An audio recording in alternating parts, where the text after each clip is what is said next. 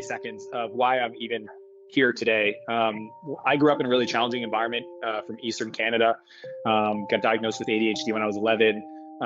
Had an anger issue. My mom's an alcoholic. My dad, wasn't at home very often, and I got put into a crisis center when I was 11 or 12, and then group homes 13, 14. Introduced to drugs when I was 13, and really found my life spiral out of control to the point where at 17 I was in a high-speed chase in a stolen car, high on drugs, and I ended up crashing into a house.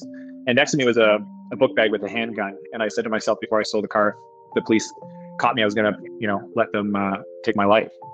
And for whatever reason, when I went for the gun, it got stuck, and the door opened up, and the police grabbed me out of the car, and my feet didn't even touch the ground, threw me in the back of the cop car, and I woke up sober the next day, wondering what my life was going to look like. And the reason I share this story is because, the entrepreneur today, just it's really interesting that early days you just don't know what's going to happen.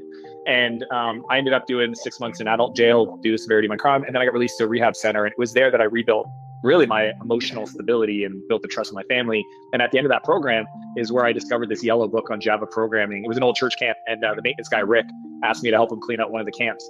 And there was this 486 computer sitting there with the yellow book on Java programming. And I just opened it up and followed chapter 1 and got the computer to say, "Hello world." And I thought, what a crazy idea. You could just put stuff in the computer and it would do what you say. And what happened is software literally became my new addiction, and entrepreneurship, even though I was always entrepreneurial, nothing legal. It became the ultimate, it became also a personal development program. So to me, building software just provided a sense of normalcy and consistent. The reoccurring revenue was this predictability that was really what I was yearning for growing up coming from a really chaotic and troubling childhood.